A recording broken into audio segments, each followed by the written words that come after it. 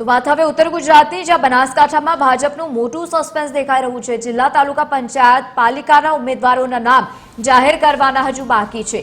ધાનેરા સહિત ડીસા અને પાલનપુર પાલિકાના નામ જાહેર થવાના બાકી છે। ફોર્મ ભરવાના અંતિમ દિવસ સુધી નામ અત્યારે જાહેર ન થતા નેતાઓ પણ હવે અઢળકમાં મુકાઈ ગયા છે। અંતિમ સમય ભાજપમાં મોટો ભડકો થવાની પણ શક્યતાઓ સેવાઈ રહી છે। ભાજપના 2 નેતાઓ નોંધાવી શકે છે અપક્ષ ઉમેદવારી, તે પ્રમાણેની અત્યારે પ્રાથમિક માહિતી સામે આવી છે।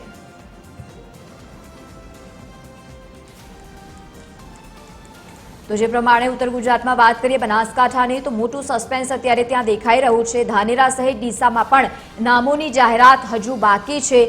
બીજી તરફ અલગ અલગ 2 નેતાઓ અપક્ષમાં દાવેદારી નોંધાવી શકે તે પ્રમાણેની પ્રાથમિક માહિતી પણ સામે આવી છે। ધાનેરા લઈએ કે પછી ડીસા હોય કે પાલનપુર પાલિકાના નામોની જાહેરાત હજુ બાકી છે અને બીજી તરફ ફોર્મ ભરવાના અંતિમ દિવસ સુધી હજુ પણ નામો જાહેરાત નહીં કરવામાં આવી નામોની। વધુ માહિતી સાથે સંવાદદાતા વિક્રમ ઠાકોર જોડાયા છે। વિક્રમ, બનાસકાંઠામાં ભાજપમાં હજુ પણ સસ્પેન્સ યથાવત છે। છેલ્લી ઘડી સુધી નામોની યાદી બહાર નથી પડી હજુ સુધી।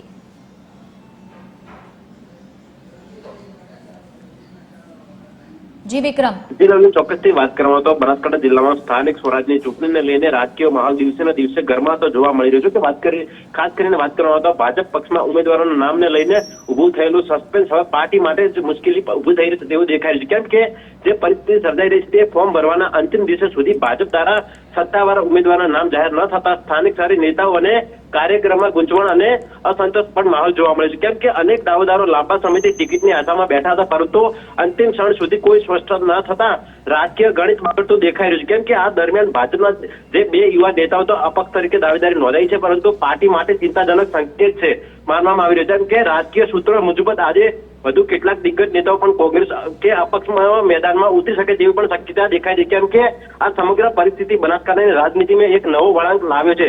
ભાજપે રાખેલું સસ્પેન્સ હવે પાર્ટી માટે જ ભારે પડી શકે તેવી ચર્ચાઓ પણ રાજકીય વર્તુળમાં જોવા મળી। કેમ કે જે અંતિમ ક્ષણ સુધી અસંતોષ શાંત ન થાય તો ચૂંટણીમાં સીધી અસર જોવા મળી શકે એવું જોવા મળે। કેમ કે ભાજપ અંતિમ સમયમાં જ શું નિર્ણય લે છે આ રાજકીય ગરમાનો ચૂંટણી લઈને પરિણામ કેવી રીતે પ્રભાવિત કરે તે પણ હવે જોવું રહ્યું। બિલકુલ વિક્રમ, આભાર સમગ્ર માહિતી સાથે જોડાવા બદલ। તો છેલ્લી ઘડી સુધી હજુ પણ બનાસકાંઠાના નામો જાહેર થવાના બાકી છે।